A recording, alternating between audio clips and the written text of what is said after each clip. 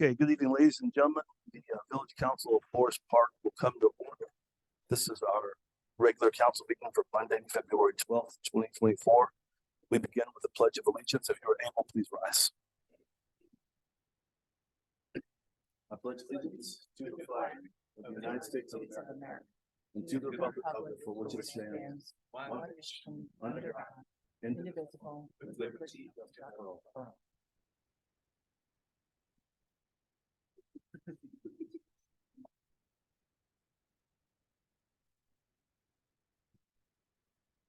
Okay, Madam Clerk, would you call the roll? Commissioner Maxim. Here. Commissioner Nero. Here. Commissioner Mellon Ragobin. Here. Commissioner Vogt. Here. Mayor Hoskins. Here. Okay, first is approval of the minutes from the January 22nd regular council meeting. Is there a motion to approve the minutes? I'll make the motion. Thank you. It's been moved by Commissioner Maxim. Is there a second? Nero second. It's been seconded by Commissioner Nero. Discussion? Okay, there's no discussion, Madam Clerk. Commissioner Maxim. Aye. Commissioner Nero. Aye. Commissioner Mellon Ragobin. Commissioner Vogt. Aye. Mayor Hoskins. Aye. Okay, there are no official communications tonight, no department reports, so we're at bills by resolution. Oh, but we do have a few public comments. So, who's Ready? first? David and Jeremy Ortiz.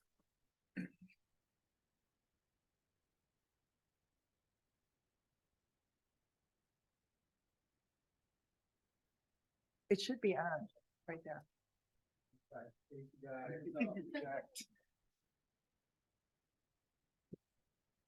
Yep. Talk here. All right. How you guys doing this evening? So I'm one of your neighbors. David Ortiz. I live on the 1126 Beloit. So I was asked here. I was asked to come here today, just talk a little bit about what we've been doing. So Mayor Hoskins, he said that this is a pretty good place to find a fight. So he figured to invite a boxing coach to come over here and take care of you guys so we can make it. But all jokes aside, so my name's David Ortiz. I own a boxing club called the Barretts. I've been training my son Jeremy Ortiz since he was about 10 years old. I've had the pleasure of being written up, I believe, by Commissioner Maxim in the past. So I'm just here today to talk a little bit more about what we've done. Something pretty exciting. We were a part of the Lyric Opera Champion opera that just recently, I believe it wraps up this week. We were brought on as the boxing consultants. It's a great story about life. It's a true American story. It's a real story. It talks about what it's like to be a minority leader in America, to be in sports, to battle sexuality, to really look at life from a different perspective.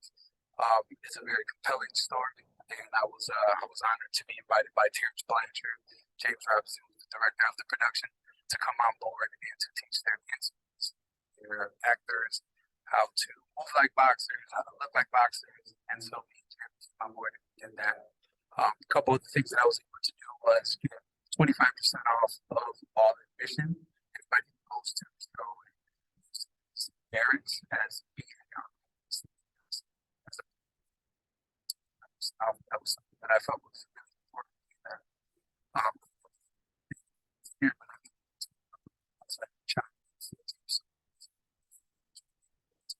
Figure out there's a couple other things I've had discussions with the mayor about a boxing event to Forest Park for the public, for the town. This is something I've been thinking for about 14 years. And I have connections in the LBC. Park to name one that's pretty close. I'd love to do something like that. It's Forest Park. Outside of that, I can sit here and talk all day about my son, but 16 years old, he was ranked number 2 in the country. Everything that we did was grassroots. Together, and pretty excited about what we have in this current professional fighter. He's 2 now.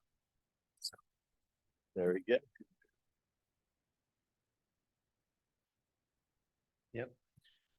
Hi, my name is Jeremy, um, professional boxer. Just came up here to talk about how boxing has really changed my life. As a child, I didn't really know what fit in.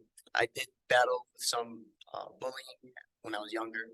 So for me, my father was helping me out, trying different sports like football, judo, a couple different combat sports. So ultimately, it ended me up in MMA, which then led me to boxing because I really like to use my hands. So from there, I got it was me and him from the start to finish. He learned how to become a coach.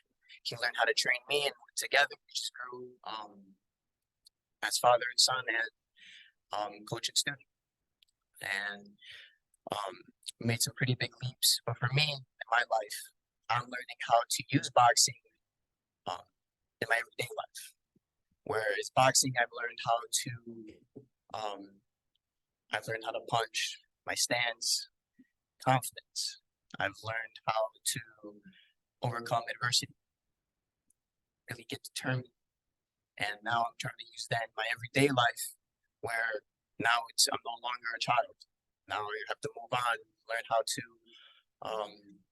make a living, a job, a career. So for boxing, it has helped me through lots of struggles. I battled through depression.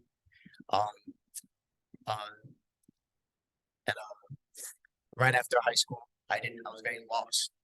I didn't know where I was going in my life. But boxing, I knew that I was in love. I knew it was something that I wanted to do and keep doing. So for me, boxing was everything, and it is everything. So just wanted to talk about my piece in that, and thank you for listening. Thank you, Jeremy, and thank you, David. Jeremy, we're really proud of you, the way you've taken boxing, your sport, and applied your skills to now be a consultant to the opera. That's very admirable. And David, I appreciate you offering that discount, to village residents and whatnot. So please make sure that that staff over here have the particulars on how to access that code, and we can do it on our social media and get it out there. Commissioners, I saw Jeremy box a few months ago, and he knocked someone out in about 40 seconds. So don't let the smooth words mislead. And he'll be fighting back home in the summer, so I'll make sure I come back over here and fight all you to that one. So Thank you. Thank you. Warren Riley.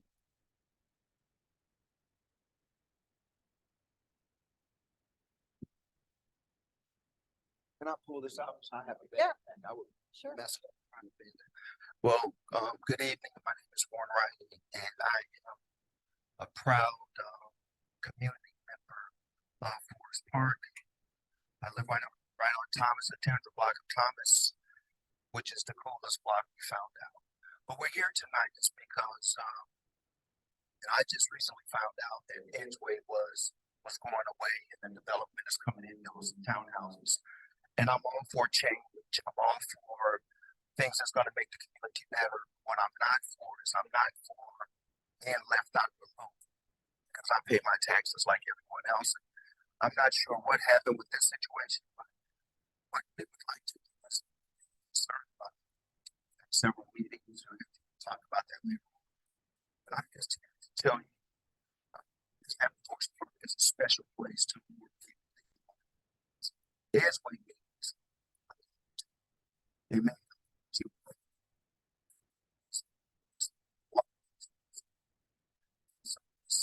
Just trying to enjoy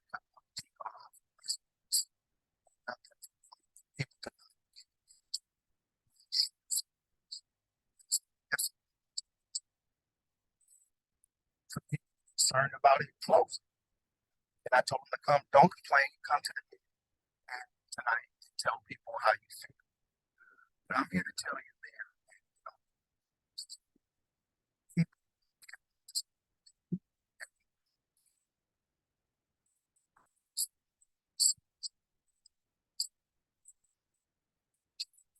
Really, I don't think I don't want to live in a place where I don't have peace. I came from a place like that. Yeah, I served my country for 20 years. I could have lived anywhere. And I decided to live in Forest Park because I thought it was special. It's one of the few communities I've seen that has an alley like the city and a corner grocery store, which gives it character. Every time somebody comes to my house, they notice that they're known as a community of character that cares about their citizens, that cares about being walkable, and the walkability is people are running. I don't want to go across Roosevelt just to go visit. I want to be in the best ways. I want to know what people are doing with the notice for some type of grocery for kids. People need to put the money in our right in the community. I don't want to go to Forest Park. I want to go to Oak Park now to go to jail.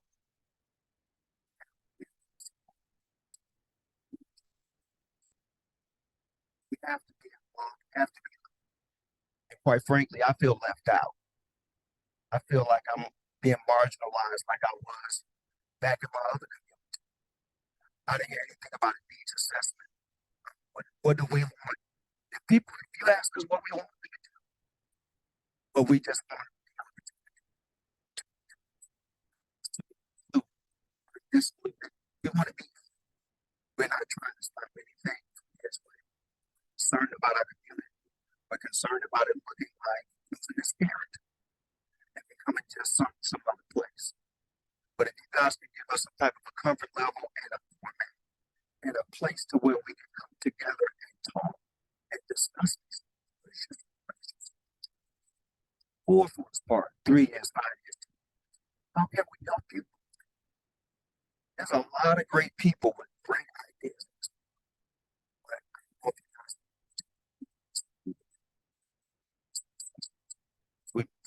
whatever I can do to help, I'm here to help. Thank you so much for this time.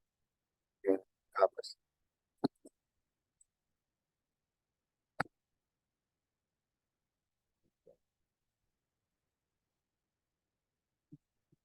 Igor Studenkopf.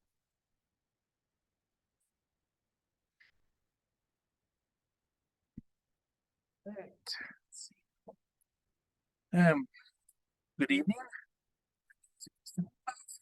And January 17th, I was the reporter for the Forest Park at you. And I just wanted to take this opportunity to sort of reflect and to thank the community for the past, for the past like 2 or 3 years, depending how you count them. I always go to people that live up to the legacy of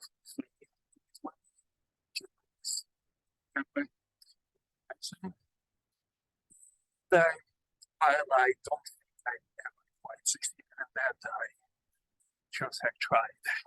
And I like to think I managed to write some good stuff along the way. You know, the gentleman here was talking about the importance of letting folks know being included. And I think it's like one of the fundamental functions of communities in my life, Forest Park anymore. Because let's be honest, in this family, not going to care about the closing stuff. Forest Park sometimes might, maybe, but in institutions like Forest Park,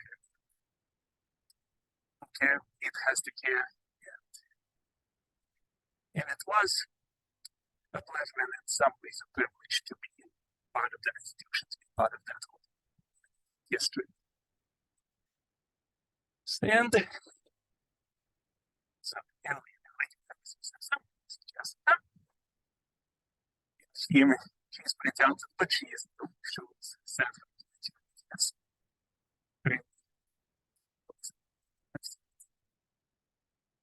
And so this is I do, and I guess I do appreciate all the time of us called out for getting many things wrong, and I'm sorry. I do try to learn from all of those mistakes. So, yeah, this marks the dawn of the new year era, and I wish nothing but the best for Business Village, everybody singing the diets, everybody who came up here. And although I will say that just one thing about this field is that you never know. Managed to come apart which for free. So this is not goodbye. This is perhaps optimistically. Until next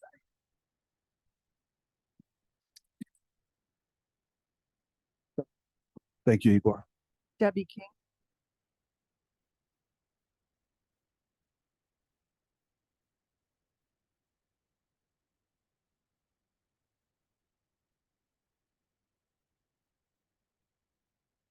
Hi, my name is Debbie King. I've lived in Forest Park for over 35 years, and I purchased a 2-flat in the 800 block of Beloit over 19 years ago. My block has drastically changed over the 19 years, for the good, all of it for the good. First night I lived on Beloit, I was awoken by fire trucks, lots and lots and lots of fire trucks.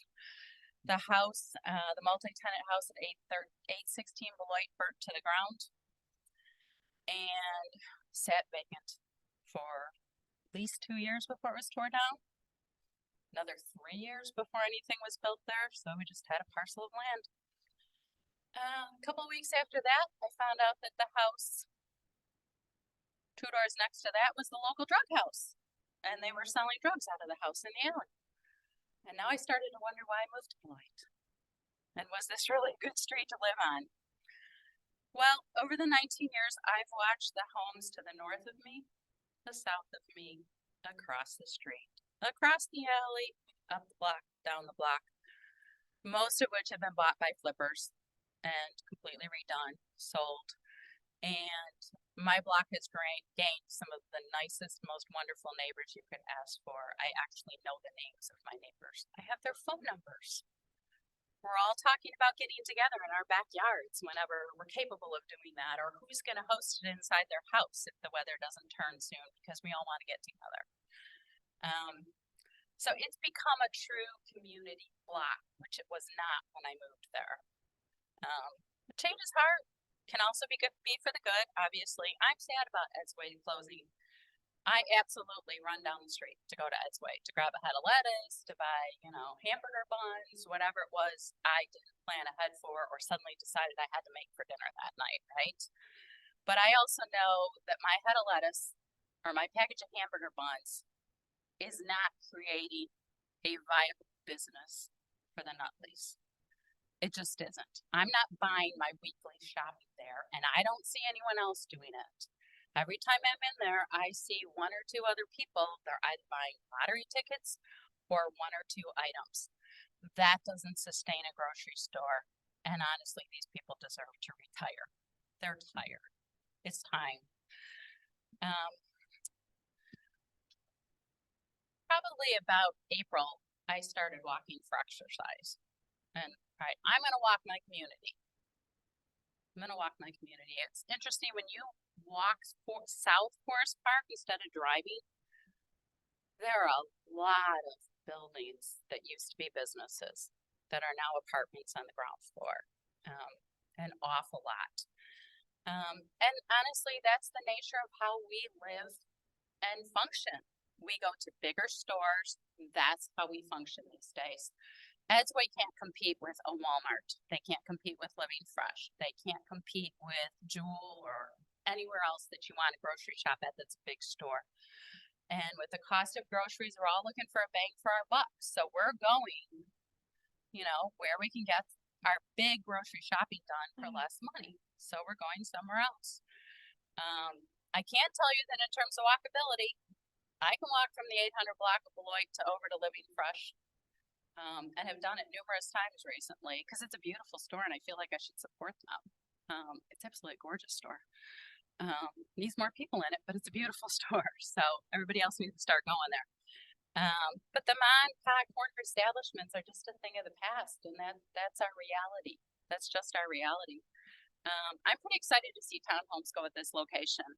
I think they're going to bring in a lot of much needed tax dollars. I know they'll bring a lot of much needed tax dollars. My gut is that they're gonna have zero impact on the school system. That's who I think is gonna buy them. I think they're gonna be dual income professionals who can support the restaurants in town. They can support the new, Roberts West Side. I don't know. Is it Roberts West Side? The new Roberts West Side, and and all the other establishments on Madison, establishments on Roosevelt Road. They're going to have that income to do that. To me, it feels like a win-win. The Nutleys get to retire, and our Light Up Beloit gets a new townhouse development. Thank you. Thank you, Debbie. Etta Worthington.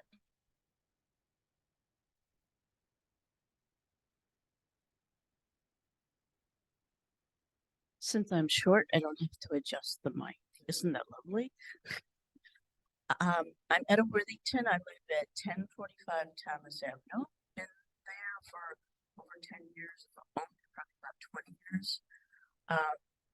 So I've been around a bit. Now I'm going to talk about our grocery store up the street. Of course, a well-deserved retirement is something that I wish on them. But what's happened just very recently is me and on my blog think a lot about how things are happening. This, of course, is going to change the complexion of our neighborhood. And though Debbie said she didn't think anybody bought their own groceries there, I see some old ladies go up the alley with their carts. I'm not an old lady. I just don't know. And that's where they shop. So I think, yes, they maybe don't have enough business. I understand that, but for some people, it has been really important.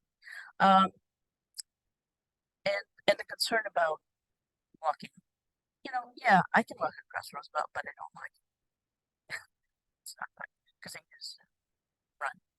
Okay, so anyhow, we're a little bit distraught, and probably because, as was mentioned, it didn't seem like we really knew what was happening. Somehow I didn't see the signs in front of Mitsui because I didn't go in there that week. I was not able to go to the zoning commission meeting because I was serving soup and bread. And I was told that it was going to be the second week of second meeting of February that this would be brought up. Well, I guess that wasn't the case.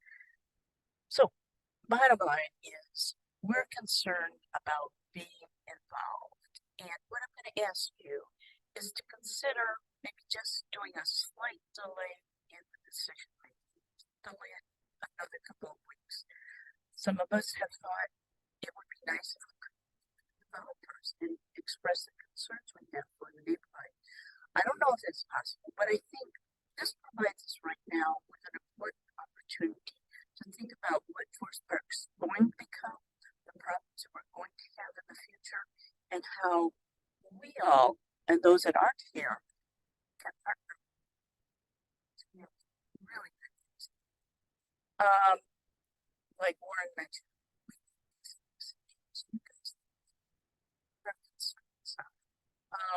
yes, you live good, but you need to hear our perspective, and I think I know it takes resources and time to do that, but I think that's really going to say to the community, we didn't just get your vote. It says we're going to partner. We need to understand financial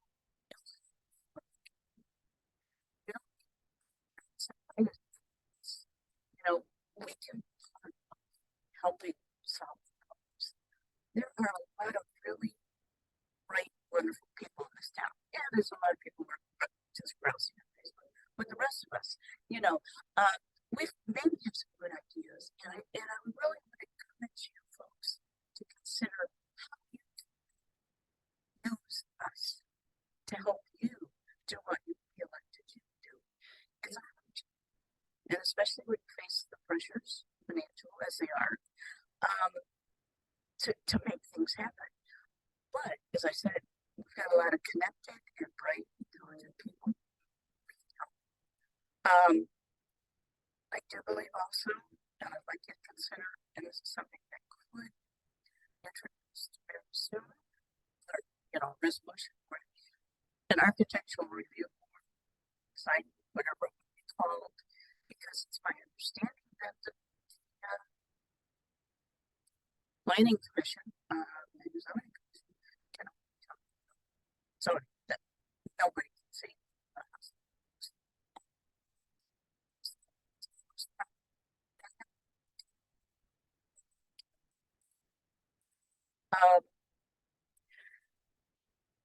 Are in a place where we feel like losing something.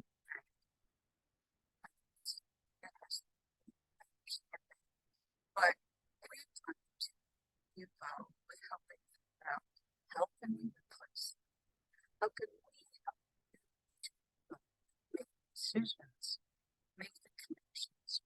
What can we do to make Forest Park what it can be? We want to be partners. So my ask is delay this decision. What is there no possibility of us meeting with developers? We never see them.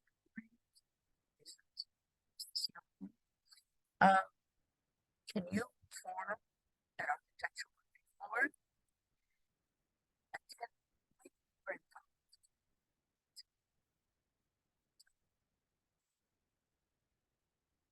Thank you, Etta. James D'Amico.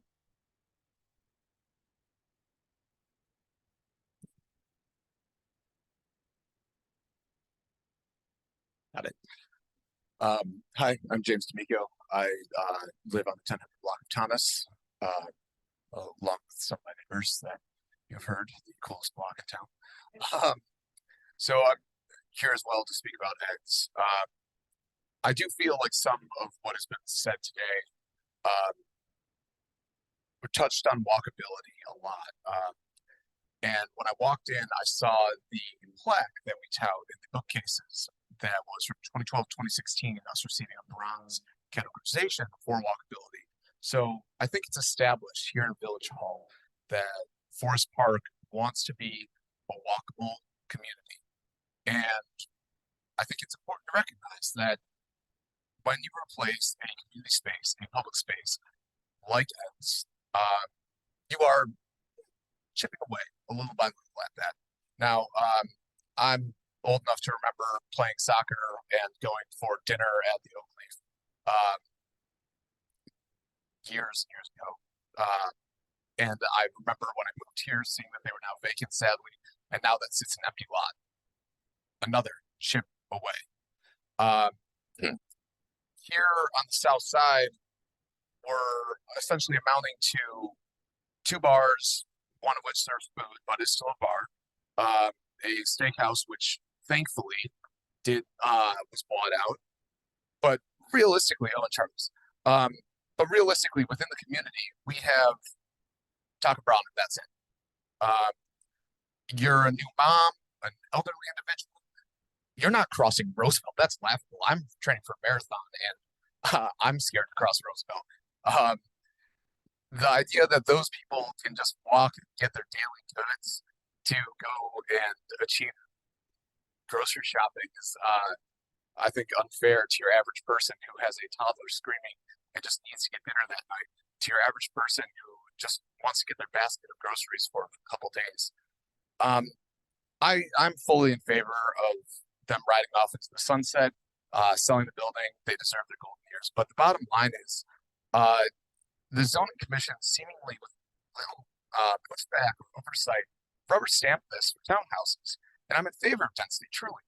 But the fact that there wasn't discourse with the neighborhood of, can we turn one of these homes into a mixed-use home, a bodega, a place where people can just get their bread, milk, cheese, etc., eggs. It seems like we missed a step.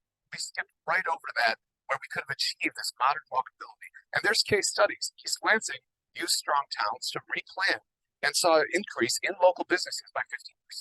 So this is precedent for mom and pop shops to come back. But as long as we rely on these large shops and strip malls they're never going to be given a chance. And I guess what I'm trying to ultimately say here is to agree with Etta that I think it's high time that there needs to be a little bit of dialogue and a little bit of community on what we're actually looking for when a developer comes to when a developer wants to come up, and not just rubber stamping density, because density for density's sake misses the point entirely of why people live in density. They live here for amenities, for walkability. That's all. But thank you very much. Thank you, James. Okay, I have a few public comments that were emailed. This one's from Sharon Lloyd Peshkin, 1106 Floyd. As one of many neighbors who mourn the closure of Ed's Way while simultaneously cheering the Nutley family's ability to retire, I'd like to comment on the development of that site. I am not opposed to development, but I am concerned about two main things: the character of the neighborhood and the additional strain on our stormwater and sewer system. First, the neighborhood. This is an area of 1- and 2-story buildings with entrances facing the street. I would hope that the scale of the development would be in keeping with that. The setbacks would be ample and the sides facing the street would have the curb appeal that make our neighborhood so charming. You can see the love our community has for our streetscape in the recent Light Up Beloit effort, as well as the holiday decorations on the Ed's Way corner and the annual planting of flowers and bulbs. The developer needs to respect that and think about the size and character of new construction. Second, concerns about water. Neighbors on the adjacent block have serious concerns about flooding in their basements, and I'd like to know that those are being addressed. 10 townhomes means 20 more toilets and 20 more tubs and showers. That's a lot to add to our already overburdened sewer system. I didn't see anything in the transcript from the PZC meeting that indicates a study had been done about this. Thank you for addressing these two issues. Okay, this is from Nithya Vishwana, a resident and homeowner in Forest Park. My husband and I moved here in 2021, and every day we are thankful that we stumbled upon this community. With our neighbors on our block, we've shared meals, helped one another, shared our stories. We came together to put on our first block party last year. We support one another and have put into place a network that we can call upon when we need help. We've coordinated canned food drives for the Forest Park Community Center, coat drives for our new migrant neighbors, and when neighbors on our block ask for help, we show up for each other. We've hosted artists as part of garage galleries. We've joined Forest Park Garden Club and been on the garden walk. We're getting excited to come together to help with renovating the murals on the Circle Avenue Bridge. I share all of this with you, Forest Park officials, because I want you to see that this is what building a community really looks like. The way that the village has handled this development is contradictory to our efforts to build community. To build community, my neighbors and I listen to each other, invite each other in, discuss diverse perspectives, and brainstorm solutions together. I don't see these steps being taken by the village before making decisions that affect our community. Even if it has not been the village's intent, the processes that the village currently has in place for approving projects like this are seen by community members like us as condescending, dismissive, derisive, and deceptive. Again, it might not be the intention of the village, but the handling of this situation has come across as disingenuous. And that's because what my neighbors and I know is that you can't build a community without dialogue and collaboration. You might respond by saying, well, the village held a PZC meeting where residents could have spoken up. Throwing a bone to community input rather than deliberately seeking community input doesn't work. What community members like us want to see is that our village actively invites community input, enables and encourages community dialogue, and creates opportunities to voice ideas and concerns. We've heard some longtime residents say that they've been here for 30 years and that they've not made use of the mixed use space that has been here all along. Well, I'm here to tell you that you are now hearing from residents like us who want to make Forest Park our home for the next 30 years. And we are making clear to you our needs and our vision for creating a community. We do not want to see something like this happening again. The ball is in your court, village officials. Go back to Village Hall and think about what processes need to change in order to truly involve community members in building this community. Thank you.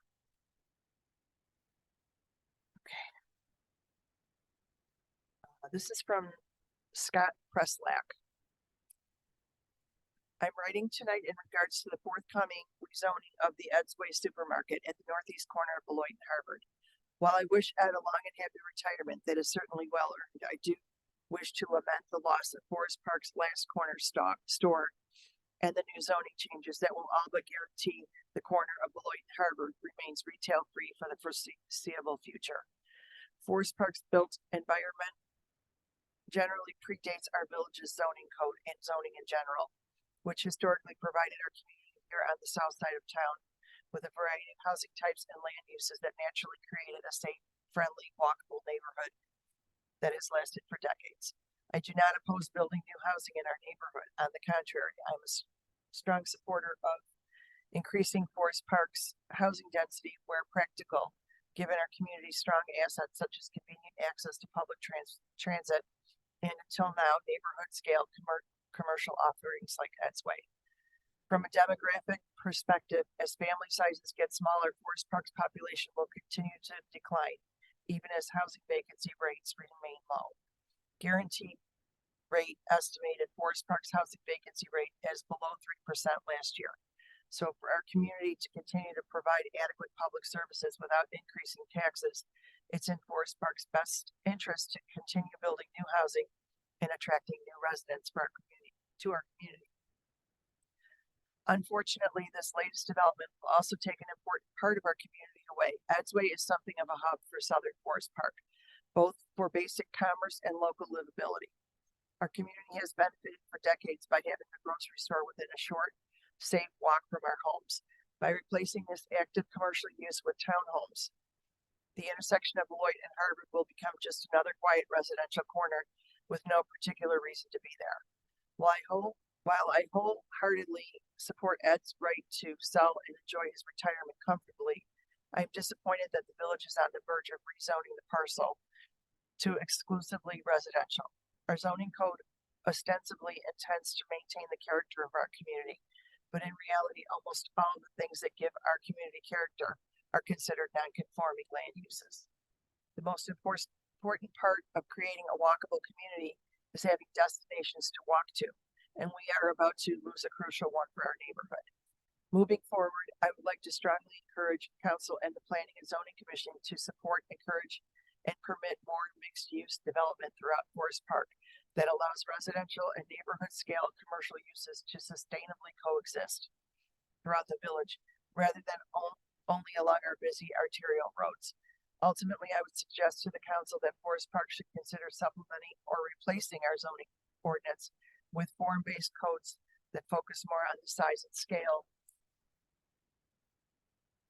of developments and how they interact with our local fabric, rather focusing exclusively on what the buildings can or can't be used for. The final public comment. So I'm fine. Hello, my name is Kevin Flynn and I reside at 1006 Thomas Avenue. I've been a resident of Forest Park for roughly 9 years and I feel that this is not just a village, but a legitimate community. The family who owns Edsway has been tremendously generous and the store is a pillar of our neighborhood.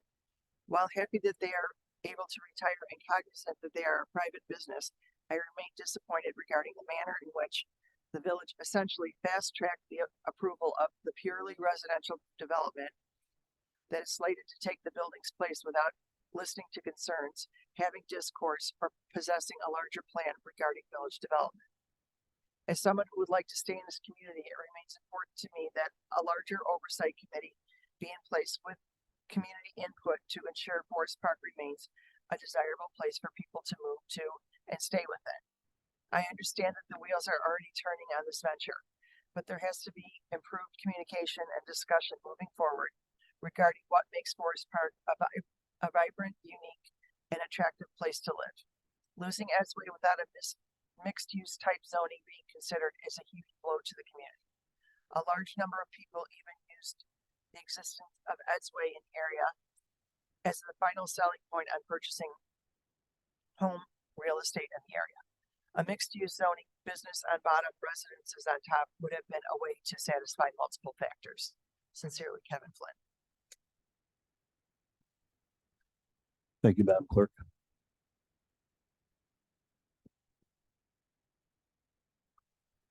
Okay, Commissioners, there are no, like I said before, there are no formal communications before us. There are no department reports. Madam Clerk, whenever you're ready, I'm ready. I'll come back to you for bills by resolution. I'm You want ready. some more water? No, I'm good. Thanks.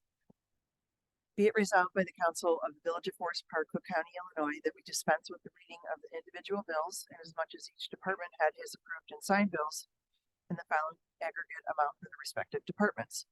Refunds and allocations, $665. Public Affairs, $39,857.96. Police Department, $942.74. Community Center, $1,379.50. Accounts and Finance Clerk's Office, $517,570.01. Accounts and Finance Fire Department, $5,429.48. Department of Health and Safety, $4,285.87. Streets and Public Improvements, $120,924.40. Public Property, $39,166.19. Seizure, $2,082.57. Federal Customs, $16,763.57. TIP, $3,968.96. VIP, $24,024.51. Water Department, $58,648.01. For a total of $835,708.77. Thank you, Madam Clerk. Commissioners, is there a motion to adopt the resolution on the bills? I'll make the motion. Thank you. It's been moved by Commissioner Maxam. Is there a second? A Nero second. It's been seconded by Commissioner Nero. Madam Clerk. Commissioner Maxam. Aye. Commissioner Nero. Aye. Commissioner Mellon Govin. Aye. Commissioner Vogt. Aye. Mayor Hoskins. Aye. This is resolution R-11-24. Okay, Commissioners, there is no unfinished business before us tonight, so we're going to move to the next section of our agenda. And the first item is a presentation on the water reservoir. Jim Amelia was here. Perkins here. Jim, the floor is yours. Sorry. Is it on? Yeah. Thank you, Mayor. Thank you, Board, for the opportunity to present. I'm here to talk about the Jackson Boulevard water reservoir and the associated pump station. Just a little background on where it's at and what it is. The Jackson Boulevard Reservoir is a 1 million gallon underground concrete water reservoir, which was constructed sometime in the 1960s. It's located immediately west and also beneath the community center at the corner of Jackson and Des Plaines.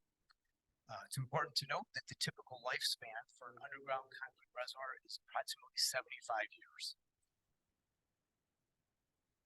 Doing the math on that, we're kind of at that 75-year mark. The Jackson Boulevard Pump Station was constructed circa the 1960s also, and renovation occurred somewhere in 1991. As you can see here, this is a little bit of a zoom in on the community center. In blue is the underground reservoir, and at the top portion, you can see that a portion of the daycare center is actually built on top of the underground reservoir.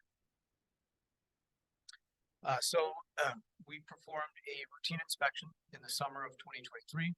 The village had contracted with Midco Diving to perform this tank diving and inspection of the reservoir. They had noted while they were doing the inspection, there was deterioration to the concrete. However, they didn't finalize their report, and we never received that final document from Midco. However, based on their verbal indication, we had proceeded back in October of 2023 to fully drain the tank and get a structural engineer in there to do a full and complete analysis, which obviously is a little bit more concise than someone kind of diving while there's water in there. able to get a better assessment of the structural condition. So we utilized J.P. Hennick Inc.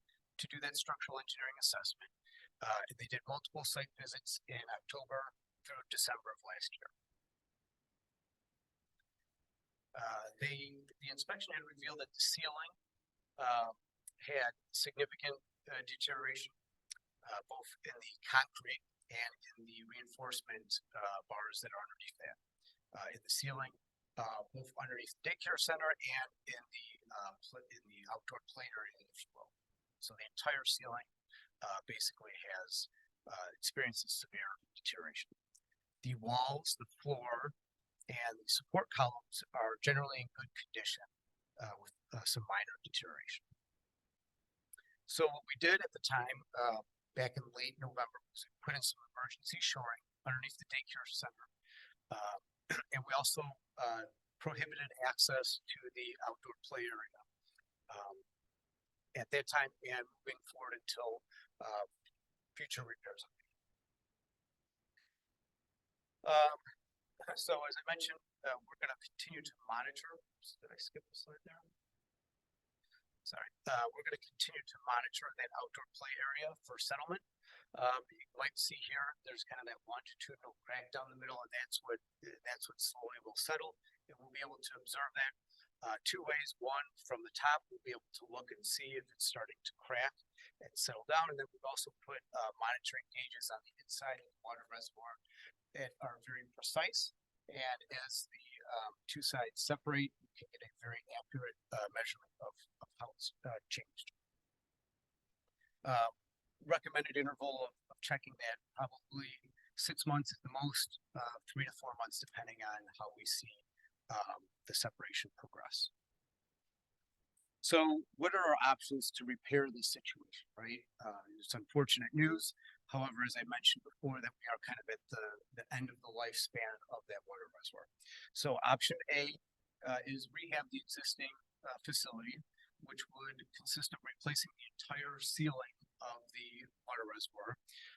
Unfortunately, you can't replace the ceiling underneath the building, so you would continue to add shoring and you repair the ceiling from within underneath the daycare center. If that was the option that we proceed with, the anticipated schedule being to design it in calendar year 2024, and depending on when decisions are made and when funding is available, it could be constructed either late in 2024 or in 2025. The anticipated lifespan of the new ceiling with the old walls, columns, and floor is probably about 25 years. The weak point at that time would be the walls and the columns and the floor, obviously, as those are significantly older than the ceiling once it gets repaired. We're estimating that the total project cost for that rehab is about $3 million. And right now, there really isn't any funding mechanism to cover repair or maintenance type effort like that.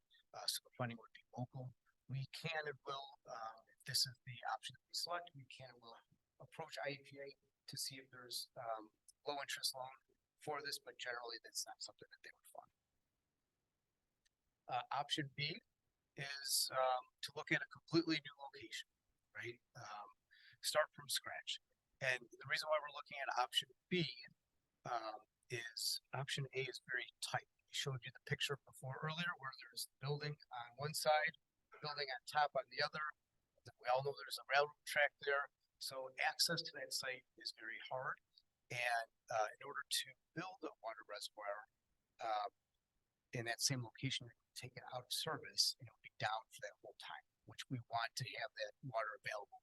And being down for that time would be detrimental to our water system. So looking at these new locations, if we were to go with a new location, that would be designed in 2024, and you can construct it 25, 26, 27, or 2028. And the lifespan for a new facility would be 75 years.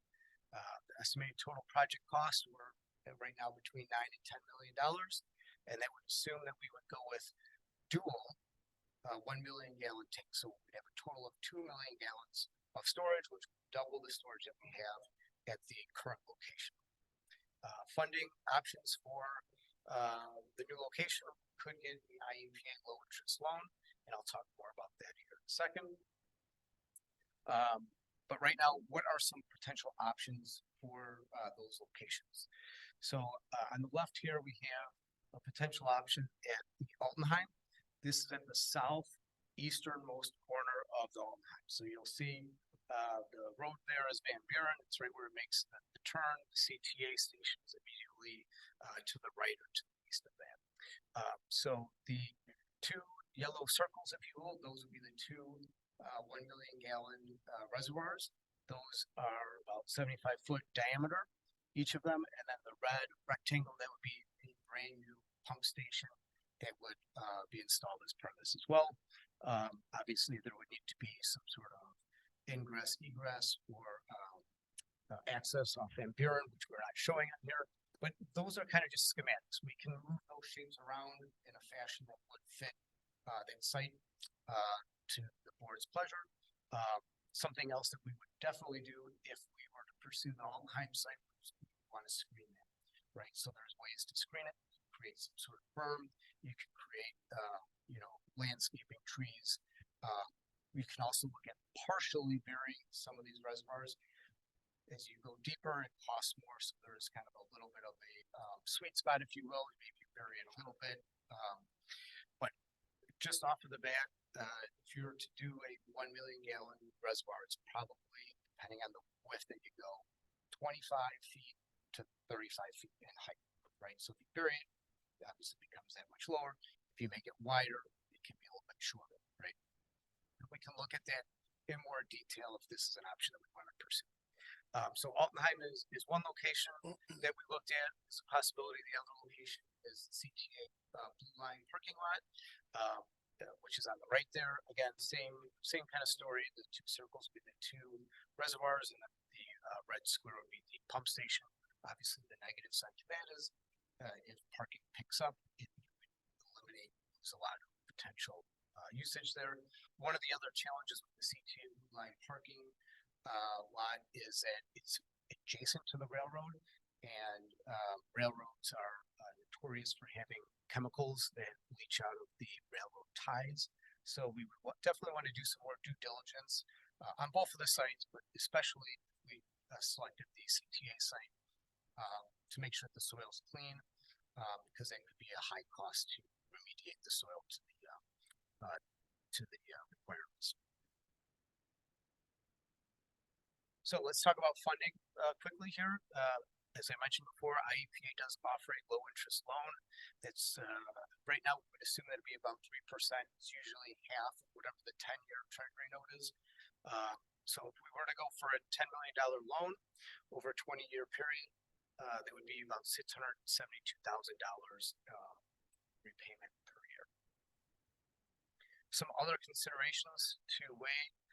The existing reservoir is 1 million gallons. However, per IEPA guidelines, the village is below where you should be currently.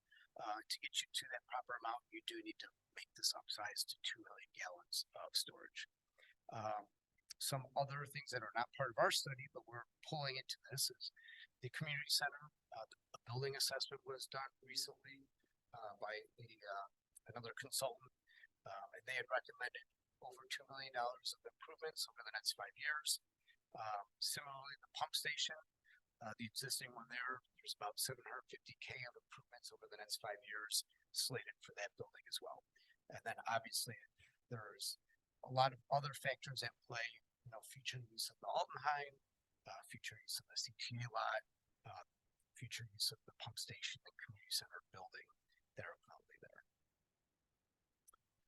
So I put together a quick little comparison here just to kind of give you the side-by-side of option A, the rehab, versus option B, which is the location. So just going down this, does it provide the required capacity? Option A does not. Option B does give us the required capacity. The reservoir downtime for construction, we go with the rehab option. The reservoir will be down. It's probably closer to a year, but I'm being conservative. I plugged in 1 to 2 years that you would not have that storage. If you go with option B, you would build the new location, get that fully operational, and it would be a simple turning of the switch, if you will. So you would have no downtime on your storage. Lifespan, 25 years for option A, 75 for option B. And then the cost was 3 million versus the $9 or $10 million. And then we also have the estimated repair cost, 2.7 million for option A. Option B doesn't have a repair cost. However, you would need to do something with the current site. So with it built within that $10 million price range is a decommissioning of the existing reservoir. That could be removing it, it could be filling it, some sort of effort there, but it doesn't really address community center or pump station building, right? So let me back up. It would be removing them, but it doesn't have the cost of something filling it. And then we have the IEP low interest loan, option A, not really available, but option B is. So with that, the next steps would be, obviously, there needs to be a larger discussion about this and determine which option we want to proceed with, whether we want to continue to look at rehabbing the existing, we want to look at a new location, do a little bit more due diligence.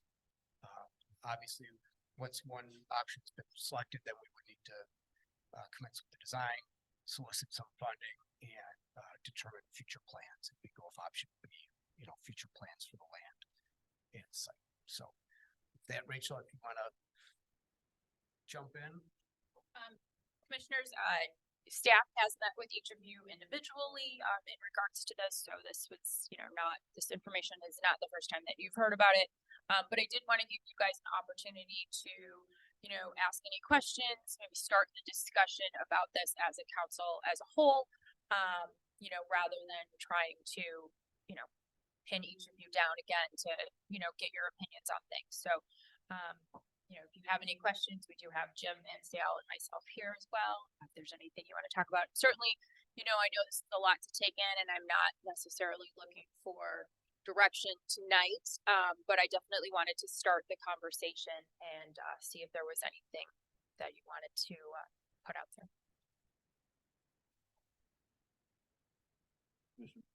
Commissioner Baxter. I have a few questions. So when we're talking about option A, we're talking about 1 million gallon replacement, right? Correct. Correct, not 2 million gallons, only with option B. Okay. Just repairing the existing size. So if, so it says here in the other considerations, per IEPA guidelines, the village is below the required capacity. So if we're required to have 2 million gallons anyway, is option A even really an option?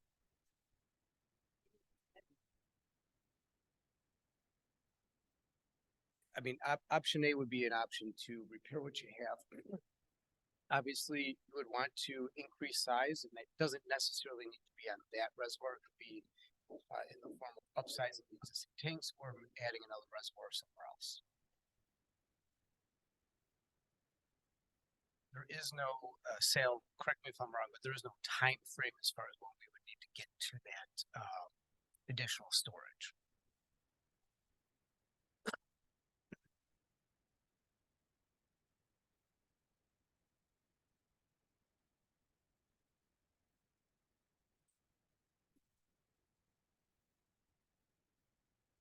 And then, tell me about a little bit about the emergency shoring that you put up. Will that last like indefinitely? Does that need to be replaced? How are we sure that it's holding up the kids in the daycare center? Just, if you could just talk a little bit about that, that would be awesome. Sure, yeah. So the emergency shoring is, the structural engineer had designed it specifically to hold the weight there. Obviously, we cannot account for significant further deterioration, right? It's supporting what's out there now. But the concern is that as the ceiling deteriorates more, right, it might need additional support at some point in time, right? And so then the monitors that you put in there, that's going to help you determine. Yes, and so those monitors, they're not what I'll say, smartphone monitors where we'll get a little alert. They're physical gauges that have a reading. So we will need to have someone go in and physically look at the gauge to see how it's separated. And so a combination of physically going in there and looking at those gauges to see how much the cracks have separated. And also, Sal and I are going to work on a routine or regimen as far as visual inspection on the surface, right? That's easy. We can do that pretty quickly. But to get inside and look at the gauge to drain the tank, so it's a little bit more of a process. It costs to draining it, cleaning, flushing, and filling it back up.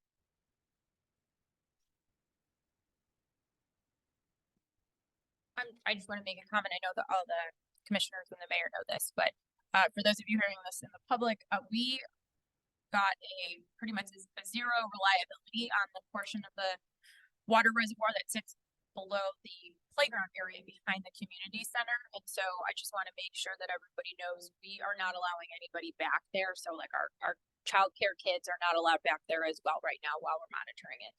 The part that is shore that is underneath the community center building, that part is been deemed usable. So we do have that part of the building is okay, but the part that is exposed to the elements, we don't have anybody, we are not allowing anybody back there at the moment. Ballpark, how much would due diligence be on the two sites to figure out how much contamination there is? And is that included in the cost that we're looking at right now? So that would be included in the design costs. I mean, the cost to do some soil borings is relatively, low, less than $20,000 to do a handful of soil borings at each location. CTA you're talking about. And then last question, I think, are those the only two locations? Have we looked at the entire village, all the property we own, and identified those are the only two possibilities? So when this situation first came up, that's something that staff and I had kind of discussed is what are potential options for new locations. These two obviously were one of the first ones that we had thought of, and that's mostly because of the proximity, right? To make this useful, we need to take the existing feed from the city of Chicago, which runs along Jackson, into that reservoir. We need to extend it to wherever the new reservoir goes, right? So the CTA and Altenheim are logistically close and both owned by the village. If there was another location over there, that could be considered as well. So we did look at other options, but unfortunately, kind of constrained by distance from where that main on Jackson is.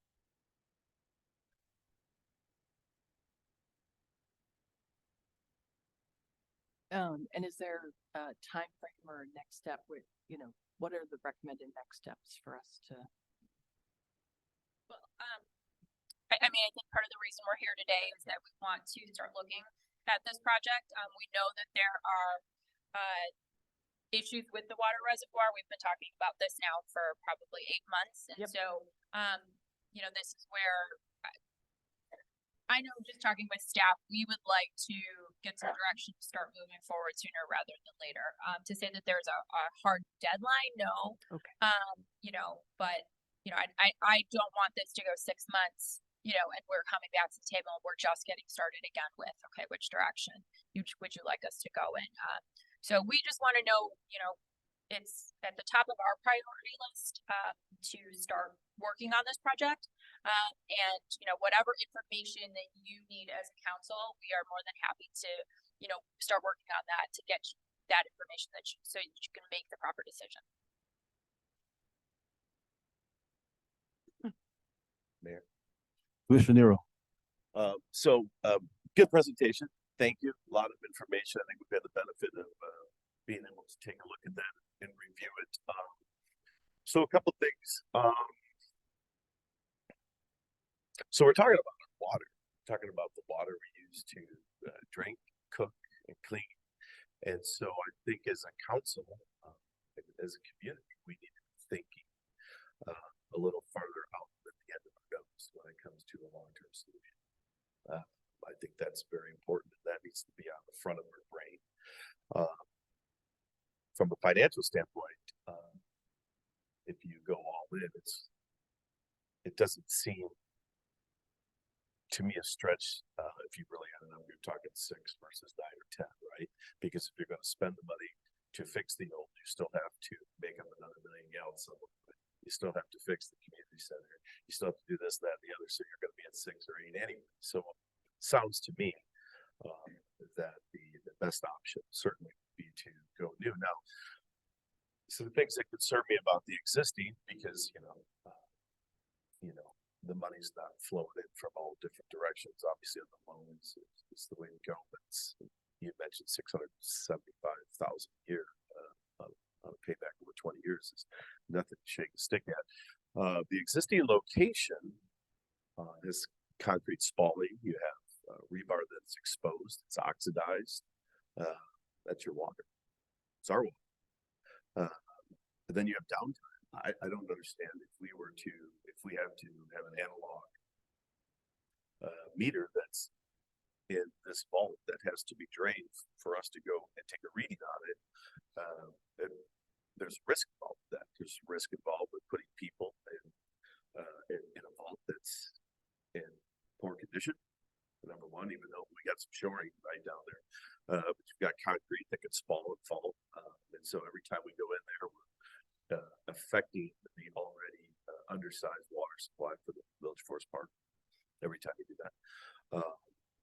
And then also I wanted to make a note that how is and I'm not a but and I don't know how thick those walls are, but I would assume if I had a vault and it's underground, my basement takes water. I'm sure many of your basements take water, whether it's seepage or big rain events. And how much of that groundwater finds its way into our reservoir, number one. And if that groundwater is running next to the train tracks that we've talked about soil sampling because of contamination from creosote timbers from the railroad, you got all kinds of mess there. And so it seems pretty easy for me to make the leap, being that we have some financial concerns to work through, location, size, and all these other things, that we need a long-term solution to this problem. And so my direction would be certainly to pursue, without doubt, option B, or some version thereof. I think the community center reservoir is an absolute non-starting waste of time, energy, effort, and it doesn't show any foresight or direction from us to even chase that red herring, quite frankly.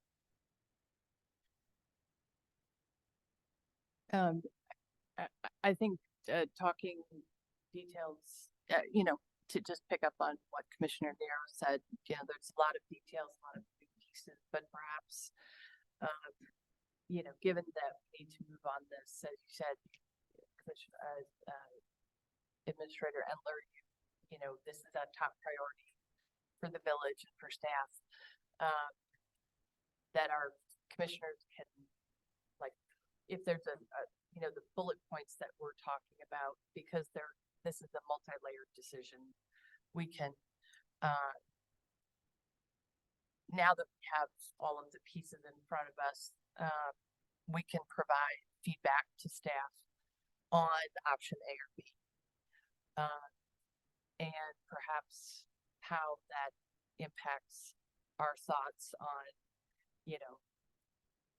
if we have thoughts on location, if we have thoughts on, community centered, if we have thoughts on some of these other things, so we can start to then participate in some of these other decisions and, how to move forward, because getting those thoughts and I'm sharing some of your thoughts as well, about, but I think there's financial implications and things that come out of that, but we have to get those first order decisions made.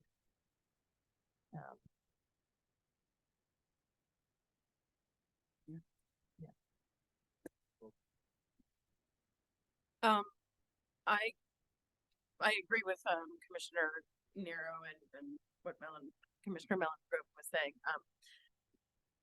A few things are happening at the same time. Yeah. I think we, a sense of urgency, needs to address this. It seems, when you're thinking about long-term planning, it makes the most sense to potentially be exploring the Altenheim option. But I think we want to get more concrete, solid figures on what that would look like, so that we can hopefully start moving in whatever direction we go in. But concurrently, we need to, now that we have our building assessment completed, we need to be sitting down and having that conversation about, you know, a strategic plan for our buildings and for our properties and what that is going to look like, because even building the new, water retention facilities, we have to address the community center, whether it's an empty hole that we have to fill in or, you know, whatever it is that's happening with that property. So that needs to be happening at the same time, but obviously the water is a bigger urgency and I'm moving towards, something that's going to put us in a better place, have the proper amount of water in reservoir and, something that's gonna last more than 20 years. Yeah, I'm option B as well. All right, commissioners, I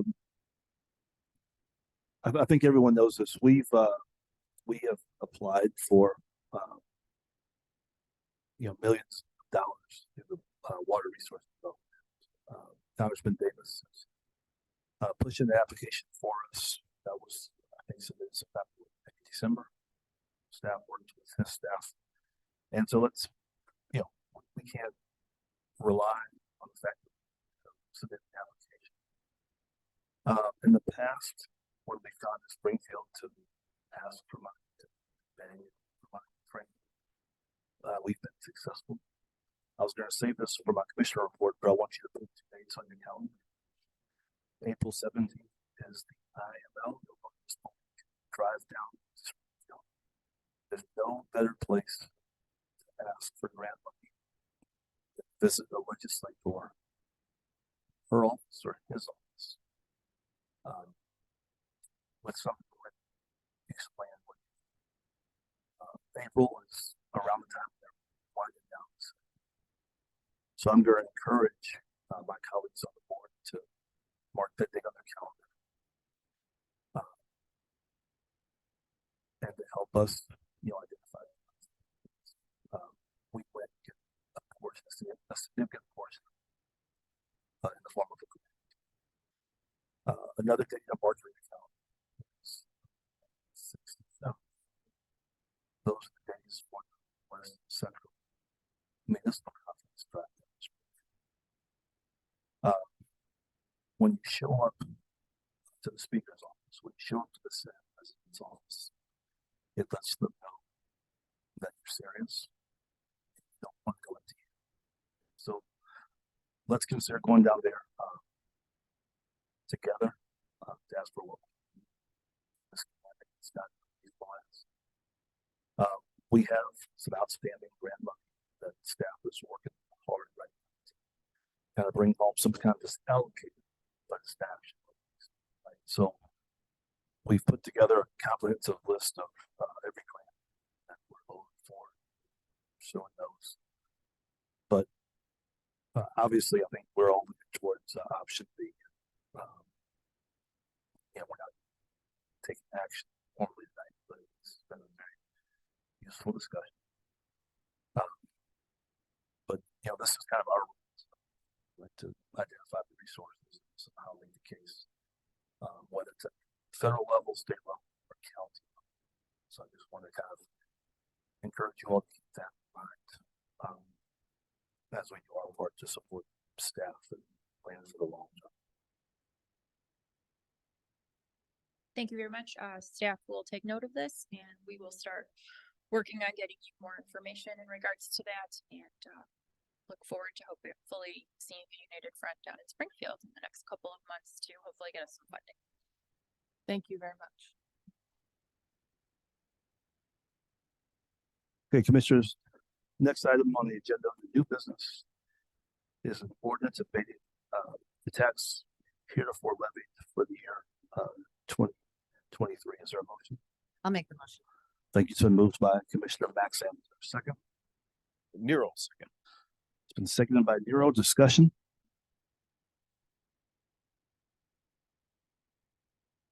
Okay, there's no discussion. Madam Clerk. Commissioner Maxim. Aye. Commissioner Nero. Aye. Commissioner Mellon-Vergoven. Aye. Commissioner Vogt. Aye. Mayor Huskins. Aye. This is ordinance O-05-24. Thank you, Madam Clerk. Commissioners, next item is an ordinance excluding the Village of Forest Park from coverage under the Cook County paid leave ordinance. Is there a motion? I'll make the motion. Thank you. It's been moved by Commissioner Maxim. Is there a second?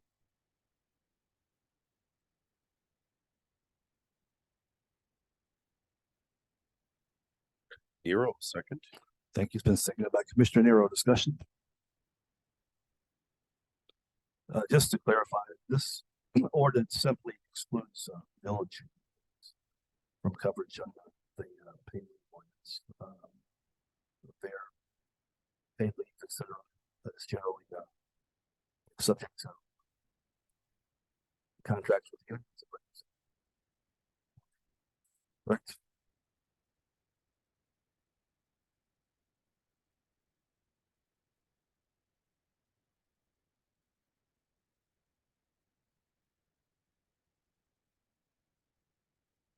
Thank you, Madam Administrator. Commissioner, any further discussion? Questions? Madam Clerk. Commissioner Maxim, Aye. Commissioner Nero, Aye. Commissioner Mellon Govan. Aye. Commissioner Vogt. Aye. Mayor Hoskins. Aye. This is ordinance O-06-24. Thank you, Madam Clerk. Commissioners, next item is an ordinance authorizing the sale or disposition of surplus property. In this case, it's 122. Is there a motion? Thank you. It's been moved by Commissioner Vogt. Is there a second? I'll second. It's been seconded by Commissioner Mellon Govan. Discussion. There's no discussion, Madam Clerk. Commissioner Maxim, Aye. Commissioner Nero. Aye. Commissioner Mellon Govan. Aye. Commissioner Vogt. Aye. Mayor Hoskins. Aye. This is ordinance O-07-24. Thank you, Madam Clerk. Okay, Commissioners, next item is an ordinance authorizing orders for approval purchase of 2024 Plymouth, Hyundai Palisade for the police department. Is there a motion? I'll make the motion. Thank you. It's been moved by Commissioner Vogt. Is there a second? I'll second. It's been seconded by Commissioner Mellon Govan. Discussion. Just a question. Is there a reason there's, I mean, a Hyundai Palisade? I mean, it seems like we're inconsistent in the type of vehicles we get. Does that matter? I'm just curious. Versus a Ford like we have out there. This particular vehicle will be used by our detective unit.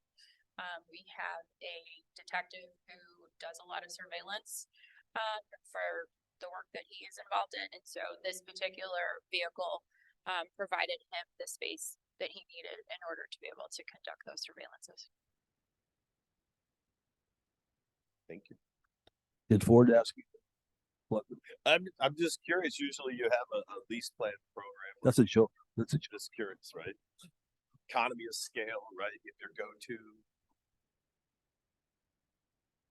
Any further discussion? Question? Madam Clerk. Commissioner Maxim, Aye. Commissioner Nero. Aye. Commissioner Mellon Govan. Aye. Commissioner Vogt. Aye. Mayor Hoskins. Aye. I drive a Ford. So This is ordinance O-08-24. All right, Commissioners, next item is an ordinance authorizing the site plan approval and approval of authorized variations to allow construction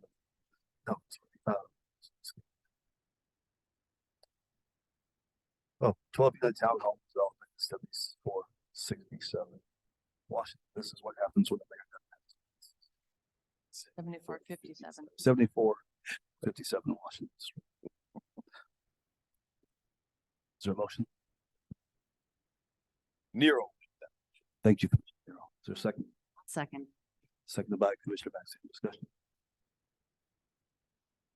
I just have a point of clarification. This is a 4-unit townhome development, right? Okay, the ordinance also says 12 unit, so we'll have to. Council, do we need to formally amend this? Or can you take that into account? I can take it. If it's a Scrivener's error, I'll work it out with Vanessa after the fact. All right. Any further questions? Madam Clerk. Commissioner Maxim, Aye. Commissioner Nero, Aye. Commissioner Mellon Rigoven, Aye. Commissioner Vogt, Aye. Mayor Hoskins. Aye. This is ordinance O-09-24. Thank you, Madam Clerk. Okay, Commissioners, next item is an ordinance approving site plan approval and approval of authorized variations to allow construction of a 10-unit townhome development. Motion. Nero make that motion. Thank you. It's been moved by Commissioner Nero. Is there a second? I will second. It's been seconded by Commissioner Maxim. Discussion. Who wants to go first? Commissioner Vogt, I saw your finger. We're all gonna take our turn. Yeah. I had a couple of things, or points that I wanted to make. The first one, and I want to thank everybody for coming tonight to share your thoughts and concerns and, requests to be more involved. And for the folks that sent in letters from home. This is a big change for this area. It's not quite as simple as just, a petitioner asking for a couple of variations. And while there's not much we can do about Edsway leaving and retiring, it's a big change. It's losing a great walkable, family run grocery store in the neighborhood. And I just wonder what the village could have done to better inform the public and include them in this particular process. We can do the bare minimum. We can have our PCC meeting and sort of tick the box and move on. But we hear a lot about wanting, community buy-in. But I don't know that I really see a lot of that happening, especially in situations like this. It's a big change, losing Edsway, rezoning, and it is packing a lot of townhomes onto that lot. I feel like, and I welcome a discussion about this, but an additional meeting, I think, could have gone a long way. Town hall or however you want to hold it, but just explaining to folks what the village has done over the last 6 years. I know that Director Glinke has said he's reached out to different companies trying to see if they wanted to move to Forest Park. But being able to have that conversation, to share the proposed zoning changes and what they mean, and giving residents an opportunity to ask the village questions and to let the developers answer some of those and take some of that into consideration. The train, I suppose, might be out of the station at this point. But I certainly hope that we can learn from this and try to be slow down a little bit and just work better to actually involve the community. There are other things that I think would have come up, like the issues of stormwater, and I know that you're trying to address those. I appreciate that the PCC had a list of things that were conditional, and I see the aisle striping that you put down the middle. But it's is that enough? I'd like to see the engineering on that before I'm comfortable really approving this, because we are looking at 10 units, 30 toilets, 20 showers, etc. So I still have some questions about sort of the stormwater and water and sewer impacts, because again, I haven't seen a study. I don't know if you did one on that. And then, just going forward and not making these changes in a piecemeal fashion. A lot of times we refer to the comprehensive plan and say it's in compliance, but then when it's not in compliance, we say the comprehensive plan is old. I feel like that comprehensive plan, if we're referring to it in that way, we need to be updating that before we're updating our code, if our code's going to continue to ask us to look at our comprehensive plan. The future land usage map in that comprehensive plan had changed that entire area of Beloit to single family residential. That was their suggestion. it left a little spot of commercial for Edsway, but it's R3, I think now, and it doesn't suggest that in the map. So there's a little bit of, incongruity there. And again, this is sort of going forward, but I have these concerns, and it makes it hard to come to these requests, I think, in a fair way, because a lot of the requests don't really quite measure up to what's in our code, what's in our outdated comprehensive plan, and then what's in, the wants, needs, and desires of the community. Thank you, Commissioner Bo. Commissioner Bello, I want to echo what Commissioner Vogt said and thank everyone who came tonight and shared their thoughts. I know I've talked to residents even when the word got out that Edsway was on the market before before the pandemic, and the possibility of change was hitting us all. And I think Commissioner Vogt's comments and a lot of comments from people tonight and the comments in public that were read were very meaningful to me and people I've talked to, and illustrate to me that we're in a very pivotal moment and experiencing this very personal change on a head level and a heart level of a very important business in our village that's the heart of our neighborhood. And for me as a resident in Forest Park, Edsway is very pivotal to my experience as a resident. They've taken care of my husband for years. When he was ill, he would go and buy something every day and take a cart home. And when he would get lost in the neighborhood, they would tell me where he was. The Nutley family has a very special place in my heart. And when I heard that this was it, in my heart, I'm mourning the loss of Edsway, and I want to take it out from the family. And I understand the role of this business and how we all have a story about Edsway and who they've been, and to all of us. And I think that we need to honor that. But here we have, like people have said, what does this business do to a neighborhood?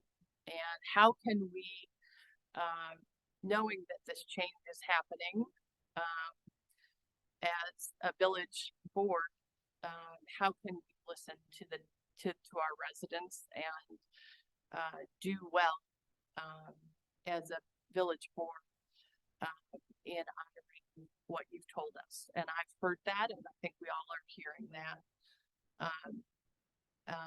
And I have heard that. And we're in the midst of societal change. Residents from downtown Chicago are moving out to Forest Park. What does that mean? And I'm feeling that as a commissioner, seeing our neighborhoods change, and what does that mean in the decisions we're making? Our zoning rules are changing, and yes, we need to have a strategic plan to think about how we're using our neighborhoods. Well, how is the pandemic changing that, and what is our Forest Park going to look like? And I think Edsway is illustrating for us as a village that this is a pivotal change for us on a lot of different levels. And the fact that all the input that we're receiving means that, yeah, we start talking about these things. Yeah, we're we're sort of moving, all these things are moving at the same time, and we're feeling this change at a very emotional level. And I guess my comments, I want to honor all of those things. And that this decision-making process is perfect. But I also want to honor the citizens that are on our zoning board and the citizens that have listened and our staff that have participated in this. I very much was impressed by our zoning committee and our planning committee and the interface that they had with the folks that are coming in and bringing in the new plan and the new housing that's coming in. Is it what I expected? I learned a lot in the process, and I thought the interchange that they had with the developers reflected a lot of the concerns and the questions that residents had and that I was receiving. And I have very impressed with the citizens that are on our planning and zoning committee.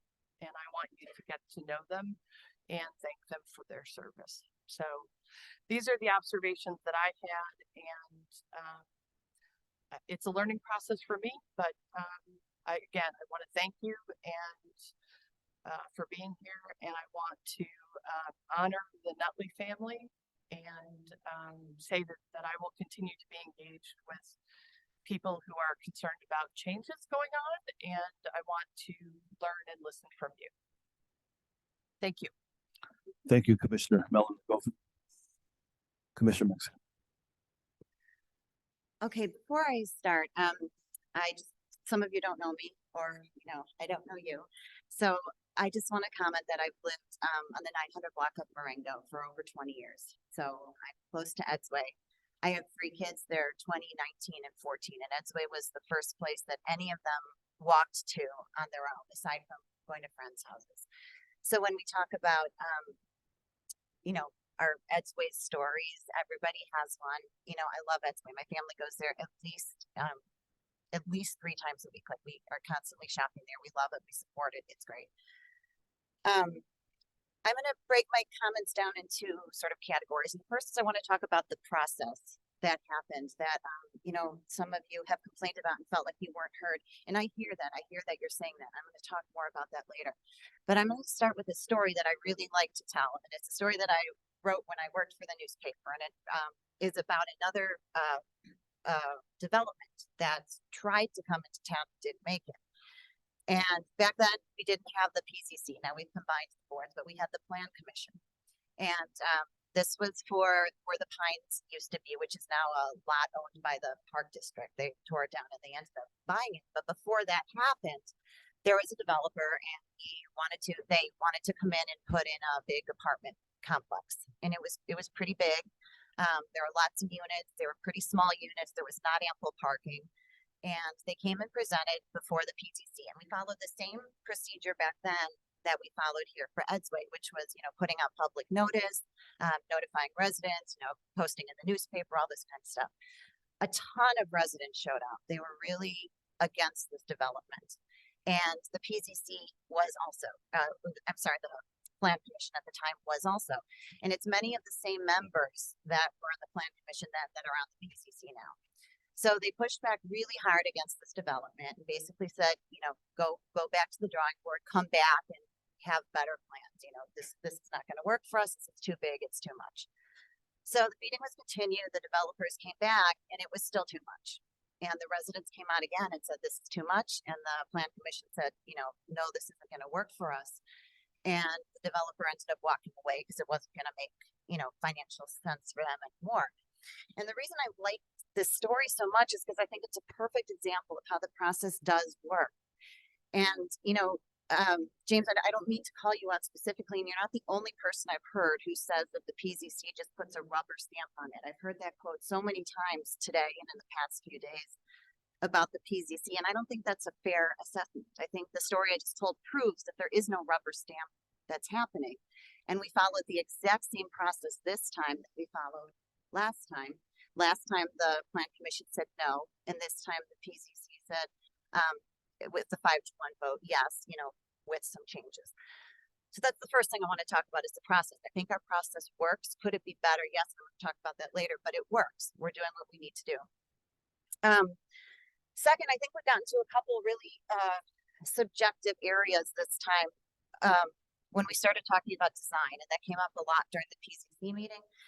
And it was one of the conditions that the PCC said, you know, that they were willing to approve this if staff worked with the developer to make sure that the building, I forget the quote, was, you know, followed the character of the neighborhood, something like that.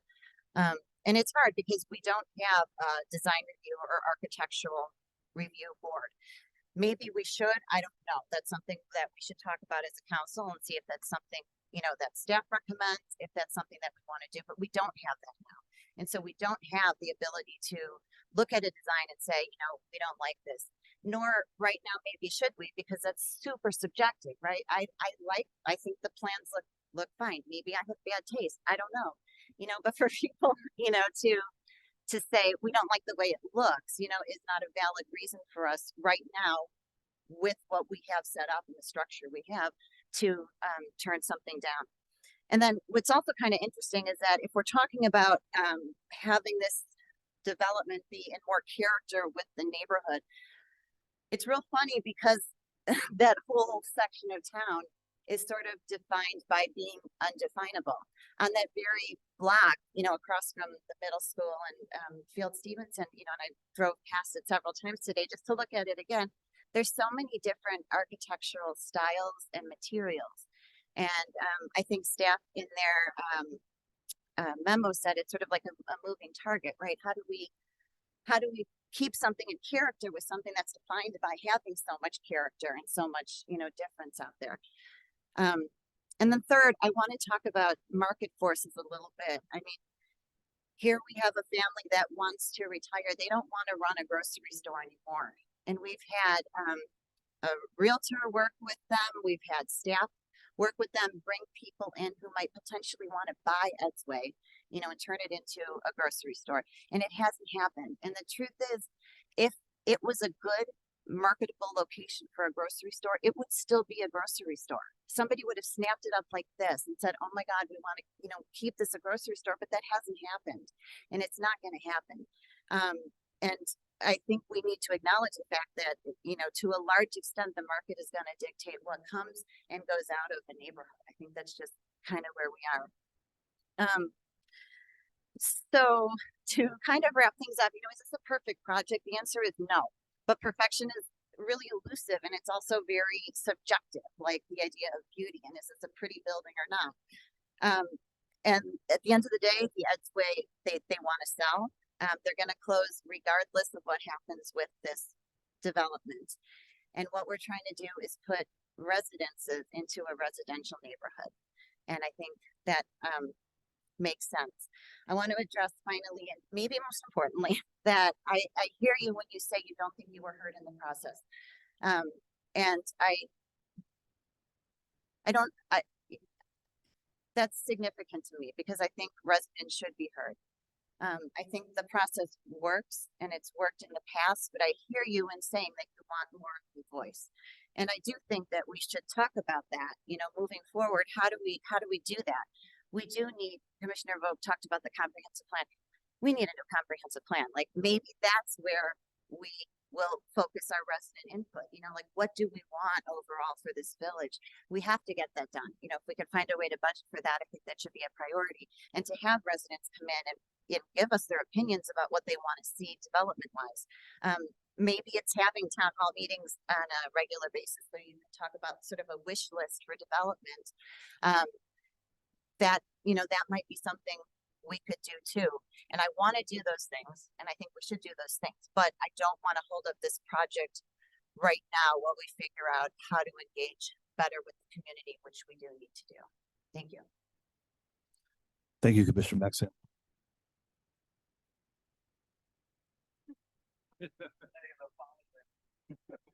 You can just adopt everything she said.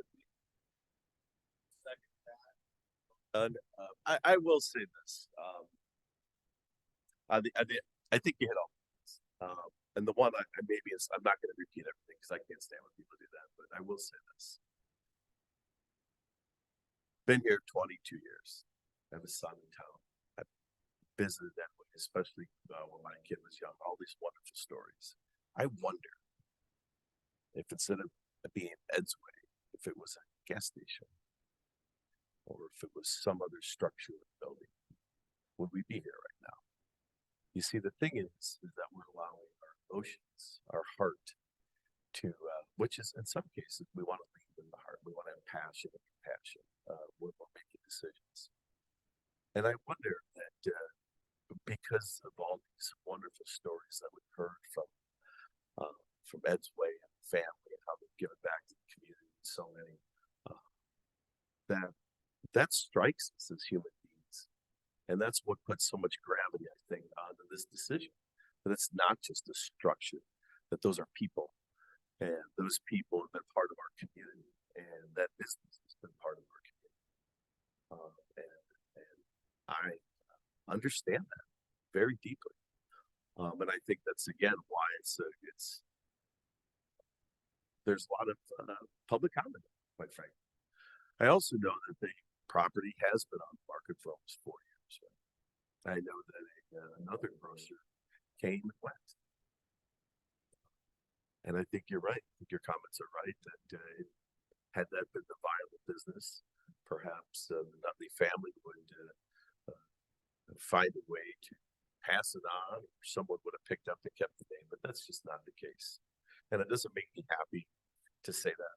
And it doesn't make me happy that Ed's Way is gone. But I do find solace in the fact that the process did exist, does exist, and it was vetted, and not everyone's going to be happy all the time. I get it. But I do think at the end of the day, that neighborhood, that part of the neighborhood is thriving. And property values are rising, and this is a good development for the community. And I know that that's a tough pill to swallow for most, especially those that are closest to the Megillus.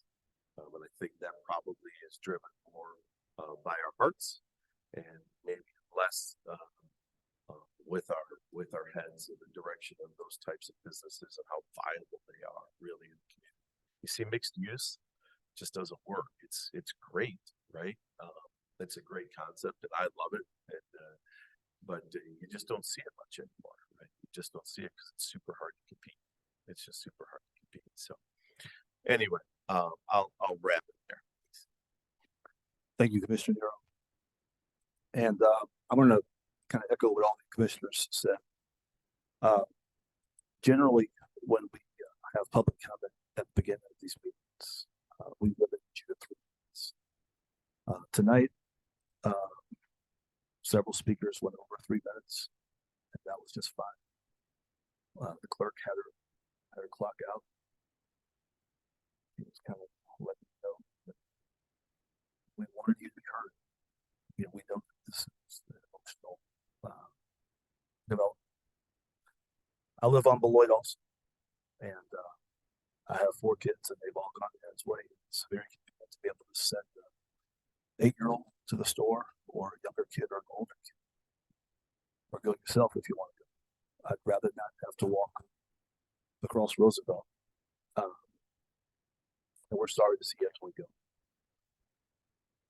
In terms of, could there be one more meeting?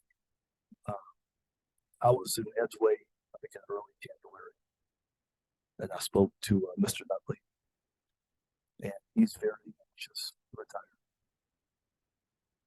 He wants certainty. He was trying to sell this business as far back as 2020. At that time, we didn't have an offer, it was a serious offer, and this person wanted to maintain the store on the first level and build up. It didn't work out. The arrangement just didn't work out. And so here we are all these years later. And, Ed Nutley comes up to me in the store and he says, what's going on? I really want to retire. So if we were to somehow hold 3 more meetings or 2 more meetings or 1 more, that just creates a lot of uncertainty for Mr. Dudley. I think he's almost 90 years old. And so we want to go ahead and let him retire. We can't close this transaction until he has regulatory approval. And then also, there's the message that we send to the business community. If every time someone wants to invest in Forest Park, we put up more barriers for them, they may sound benign. But again, having a level of certainty that lets people know that they can do business in the community and invest. We have other firms that want to build in Forest Park. We have some firms that have been coming to us because they know that that's way is going away. And there's been interest in the store at another location of Forest Park. I'm not sure if that's going to happen. I'm not going to promise it's going to happen tonight. But we hear you that we're all concerned about the store going away. We hear you on the walkability issues. And so I'm not going to repeat myself, but I will say that at the next meeting, we're going to limit public comment to 3 minutes. We got away with a couple extra minutes tonight. That's levity, an attempt at levity. But I'm going to wrap it up and have the clerk call the vote. Commissioner Maxim, Aye. Commissioner Nero, Aye. Commissioner Mellon-Rogoven. Aye. Commissioner Vogt. Abstain. Mayor Hoskins. Aye. This is ordinance O-10-24.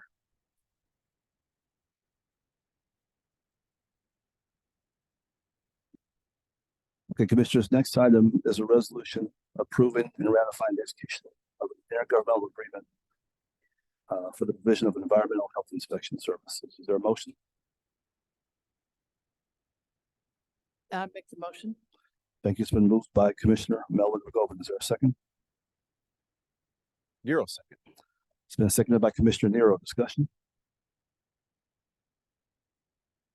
Okay, there's no discussion, Madam Clerk. Commissioner Maxim. Aye. Commissioner Nero. Aye. Commissioner Mellon-Rogoven. Aye. Commissioner Vogt. Aye. Mayor Hoskins. Aye. This is resolution R-12-24. Thank you, Madam Clerk.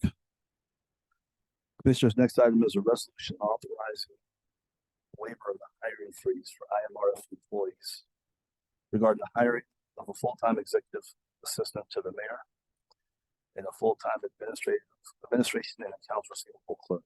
Is there a motion? I'll make the motion. Thank you. It's been moved by Commissioner Maxim. Is there a second? Nero second, sir. It's been seconded by Commissioner Nero. Discussion? Commissioner Vogt. I know we're all looking forward to filling these positions. And to simply say that staff has been picking up the slack while they've been vacant would be an understatement. Yes. Everyone has done a lot to keep the village running, so this is a very important to note. So thank you. I just saw in the agenda on Friday that it had been posted, so I was wondering if you have like any updates or how things have been going or where it's been posted.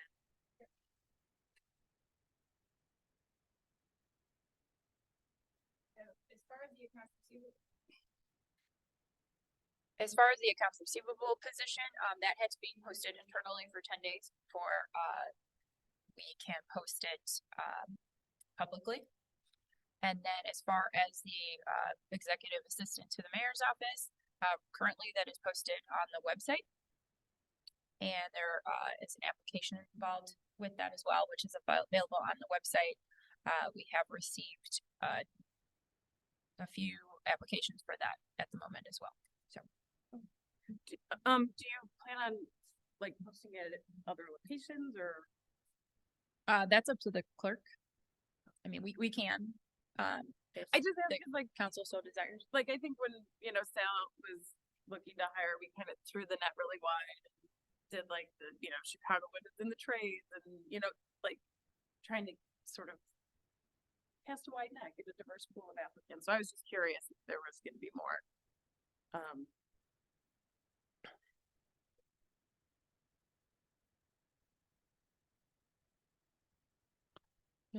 We can post it on LinkedIn, maybe. We could. We can look at a few more places. Okay, and then is there a deadline to apply? Or like a cutoff date? We did not, we haven't at the moment put a deadline. We kind of wanted to see where our, applications came in. We didn't want to say 2 or 3 weeks and then only get a few applications. We okay, wanted to make cool. sure that we, were able to get an applicant pool that we were happy with. Yeah, awesome. Thank you. You're welcome. Any other questions, feedback? Madam Clerk? Commissioner Maxim. Aye. Commissioner Nero. Aye. Commissioner Mellon Goodman. Aye. Commissioner Vogt. Aye. Mayor Hoskins. Aye. Oh, that's resolution R-13-24. Thank you, Madam Clerk. Commissioners, next item is a motion to direct the Forest Park Board of Fire and Police Commissioners to make an offer of employment to the next 3 eligible probationary police officers and 1 eligible firefighter paramedic. Is there a motion? I'll make the motion. Thank you. It's been moved by Commissioner Maxim. Is there a second? I'll second. It's been seconded by Commissioner Mellon McGovern. Discussion. Okay, there's no discussion. Madam Clerk? Commissioner Maxim. Aye. Commissioner Nero. Aye. Commissioner Mellon Goodman. Aye. Commissioner Vogt. Aye. Mayor Hoskins. Aye.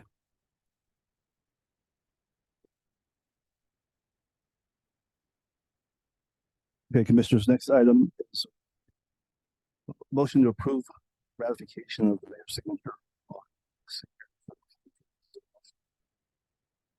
I'll make the motion. Thank you. So moved by Commissioner Maxim. Is there a second? I'll second. It's been seconded by Commissioner Mellon. Discussion. Discussion. Madam Clerk? Commissioner Maxim. Aye. Commissioner Nero. Aye. Commissioner Mellon Goodman. Aye. Commissioner Vogt. Aye. Mayor Hoskins. Aye.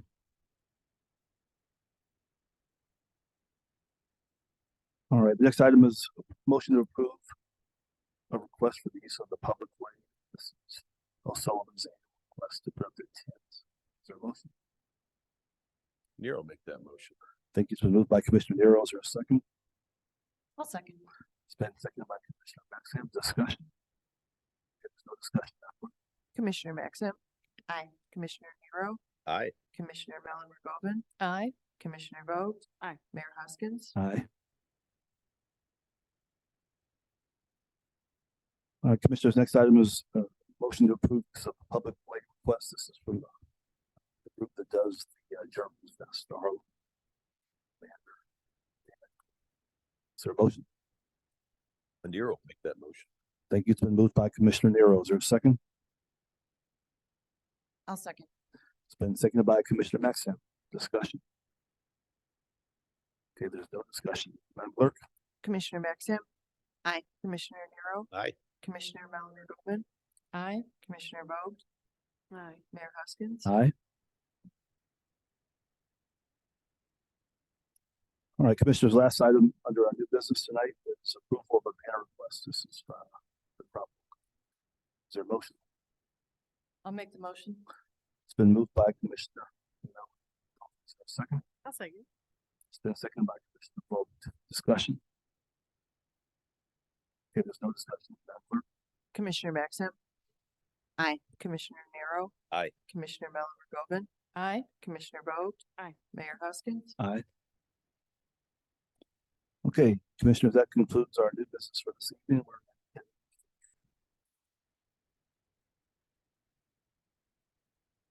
Keep this quick. Just wanted to let everybody know that on February 28th at 6 p.m. here at Village Hall, Forest Park will be hosting a town hall with Representative Ford regarding the funerals that traveled to and through Forest Park. The public is invited and encouraged to attend, to ask any questions, make any comments. And then the last thing is that you've probably seen the large signs that vehicle sticker renewals are going to be coming up.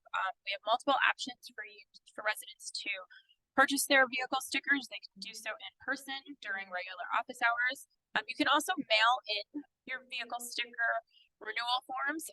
The village staff will process them and then put them in the mail for you so that you don't even have to come into the office. You can also order them online on the website. And again, we will process those orders, mail them out to you.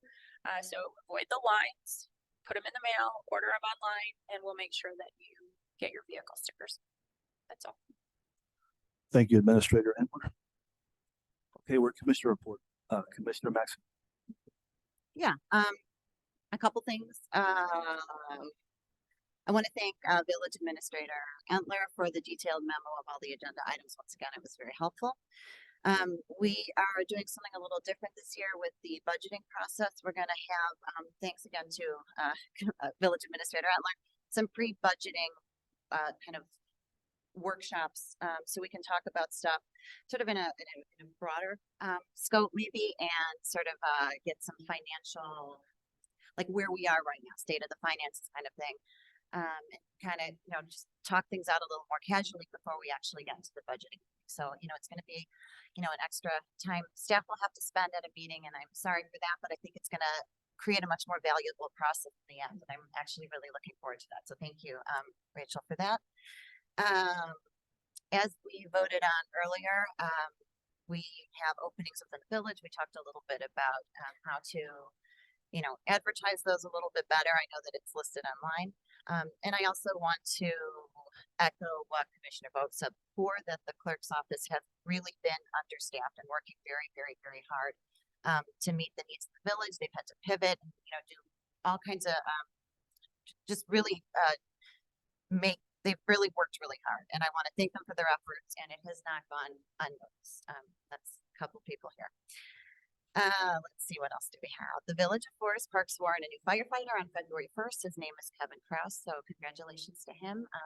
And I'm glad that he chose to come here and work in Forest Park. A little conflicted about when I want to say this or not, but I think I'm just going to go ahead.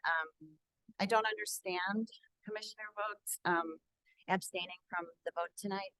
Seems to be a little bit of a habit lately, and it's fine. We're all up here to vote our conscience and vote the way we want to. But I think unless there's a conflict of interest, and given all the information that we had, I think we owe it to the public to take a stance on things and not sort of take the easy way out by abstaining. So that's all I have for tonight. Thank you. Thank you, Commissioner Maxim. Commissioner Nero. Yes, sir. Start with the Wayback Machine. So U-Haul's ready to break ground. If you guys remember, that project started well over a year ago, I think now. Looking, all they're doing now is awaiting some demo permits. So that's good news for the village. I also wanted to make a mention that in the building department, they have migrated to a new software package, which always gets me excited, because it's another tool that we will have to better serve the community in terms of our permitting and all to keep organized and meaningful reports and all these wonderful things. And I'll be working with Sandy.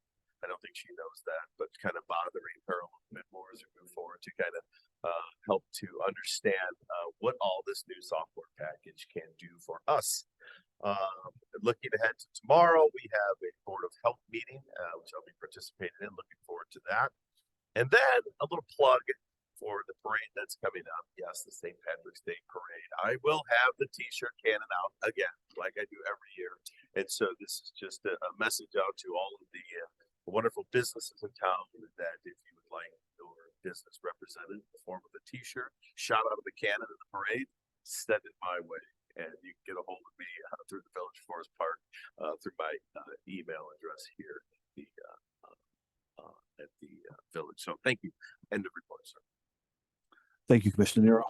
Commissioner Miller. Thank you. I was pleased to participate in the point in time count for Cook County for doing an annual assessment or census for people living outdoors, the unhoused population in Cook County. I volunteered with Housing Forward on January 31st and worked with a number of social service agencies in the area to help count unhoused residents in our area. and it was important to do that for budgeting for Cook County. I also represented Forest Park at the Equality Illinois annual fundraiser as a volunteer, and was pleased to support that organization and meet with legislators who are also supporting Equality Illinois. I also participated in the legislative briefing and breakfast at the West Central Municipal Conference this past Saturday.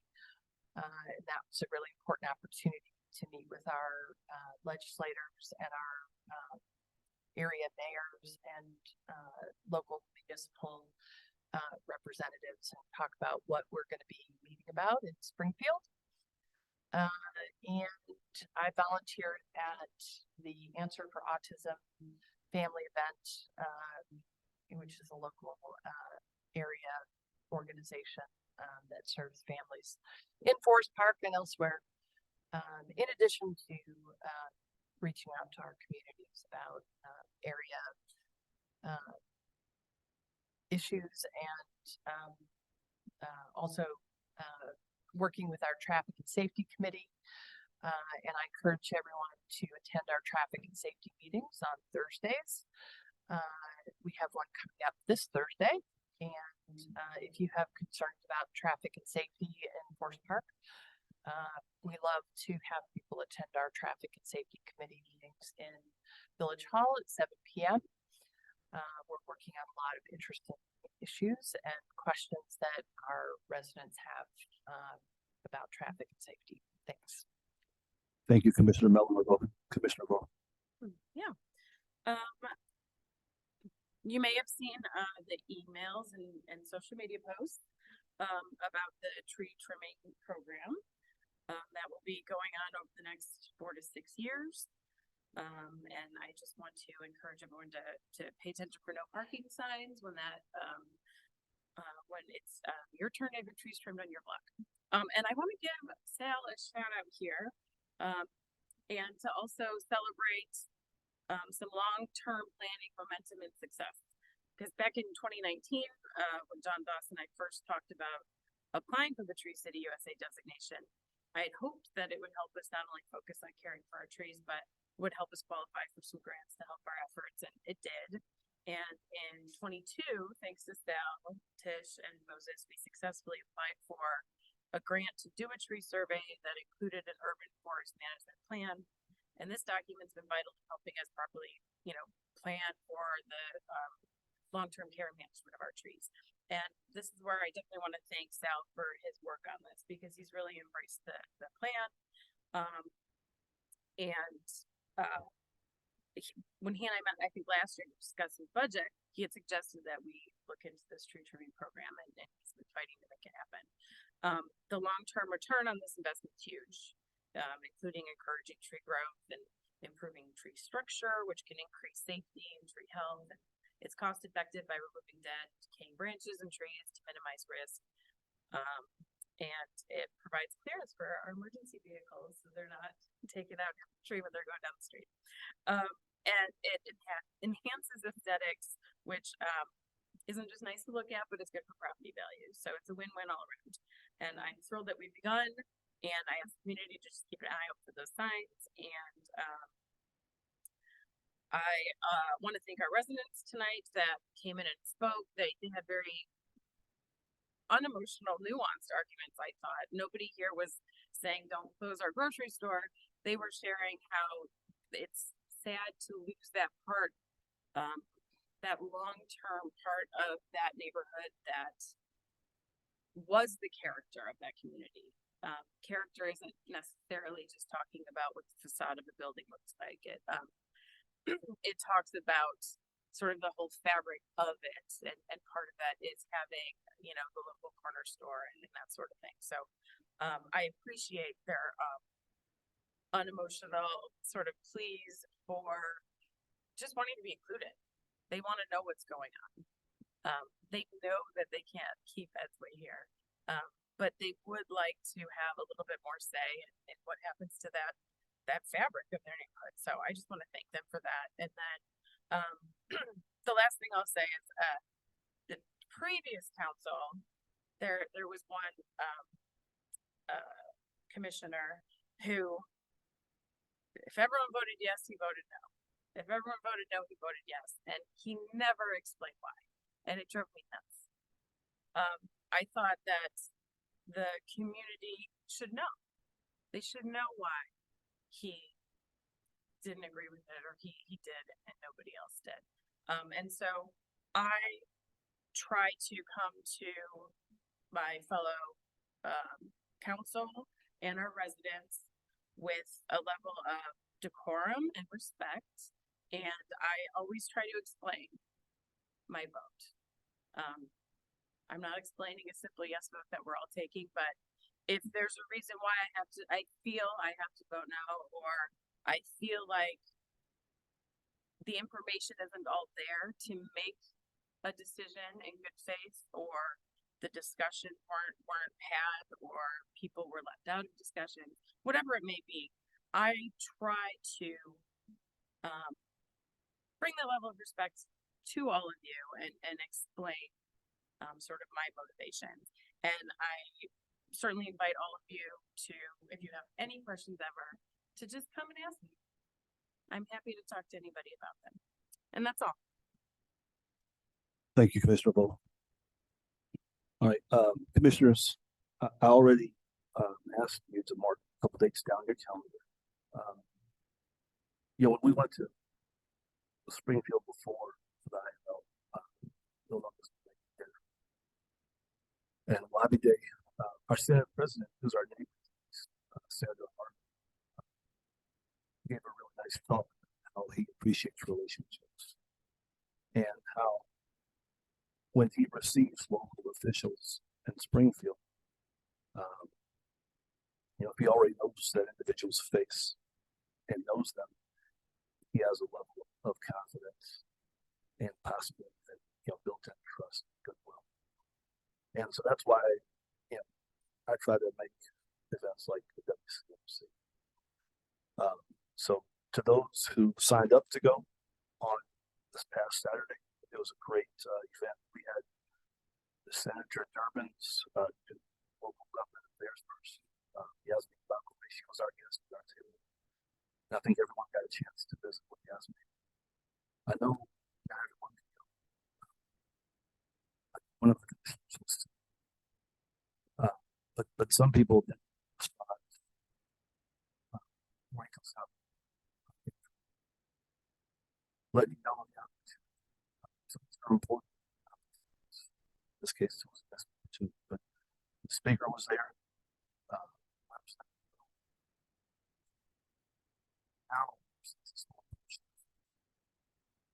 Because she's here as a district representative, and she's working to go after some of the funding that's been allocated to CE for providing healing services. Really like serving persons with drug addiction. So we're talking with representatives. So again, this is a chance to visit one of these representatives. He's also, of course, Congressman Davis and the new Congresswoman Delia.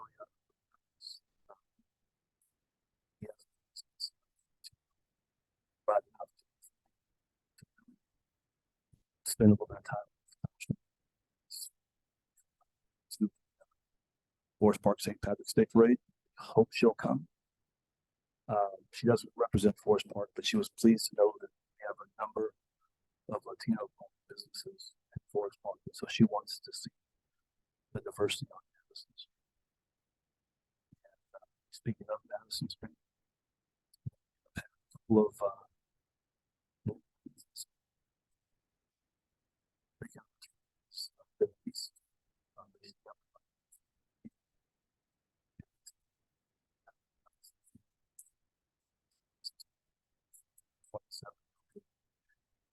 to a fine dining location.